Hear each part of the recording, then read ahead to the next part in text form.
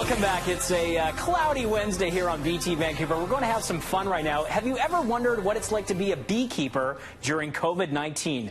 Wonder no longer, because we're going live right now to Dave Dorgy, and he's an apiarist and also the author of Show Me the Honey. Welcome to BT, sir. Good morning, Thor. Good to be here. Dave, tell us first of all, what got you personally into beekeeping? Well, I live on a, believe it or not, I live on a floating home out in Ladner. And my sister is a real beekeeper. My girlfriend's a beekeeper. My sister was out there one day, and the float home is surrounded by plush vegetation on the riverbank. There's farms behind me on Ladner. And she said, "Hey, I'm a beekeeper. Can I drop a hive off?" So I said, "Sure, as long as you do all the work." And then about 3 or 4 months later, she kind of disappeared a bit and said, "Hey, for Christmas, I'm going to give you the hive." So I got into it accidentally. I was bequeathed a hive and just fell into it.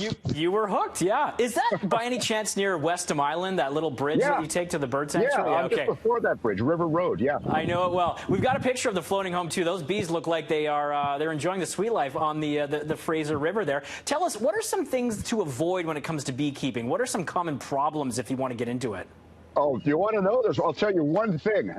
Stung. Avoid getting stung. That is the biggest thing, my biggest bone of contention. When you do your suit up, I'm wearing my bee suit right now, and I often don't do the zippers up properly. And you put the hooded veil on. Like this, and they can sneak if in. you don't do the zippers up, the bees can get inside, crawl over your face, and sting you there. I've been stung 70, 80 times. It is so painful, and your face swells up like a grapefruit.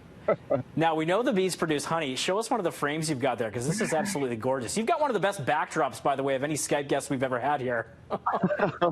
This is a frame of 6-sided cells where the bees insert the honey. It's also the chamber where the eggs are laid, and this is what it's all about. This is capped honey. The bees put the honey in there a couple of weeks ago, and if I, with my finger, you can kind of see me smushing it around. So they cap it with like a little wax cover? Is that what they do?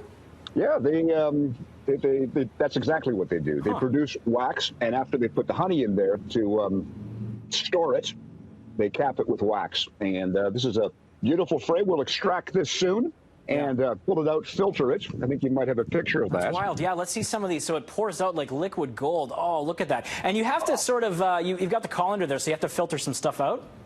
There is small particles of wax. There could be debris, twigs. There might even be some bee parts from bees that are deceased. Sure. So there's all sorts of things in there you wouldn't want. So we actually filter it 2 or 3 times before bottling it to give to friends. And you've got some cheeky little jars there with a nice label you made as well that we've got to show you.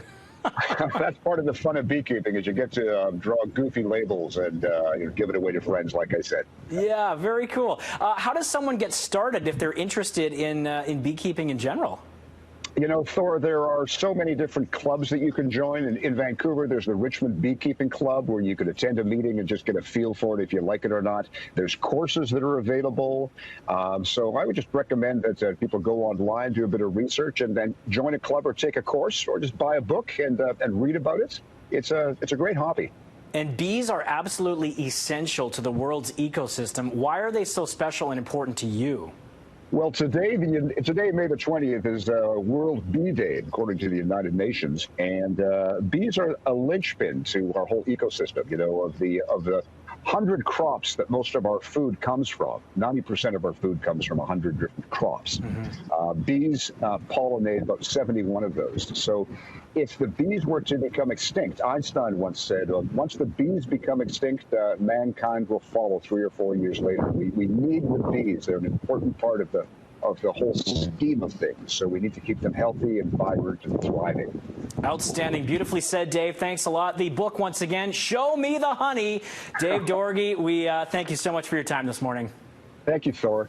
All right, you take care. That's Dave Dorgy. You can get that book right now. He's a local apiarist, which is also a fancy word for beekeeper. More BT to come after this.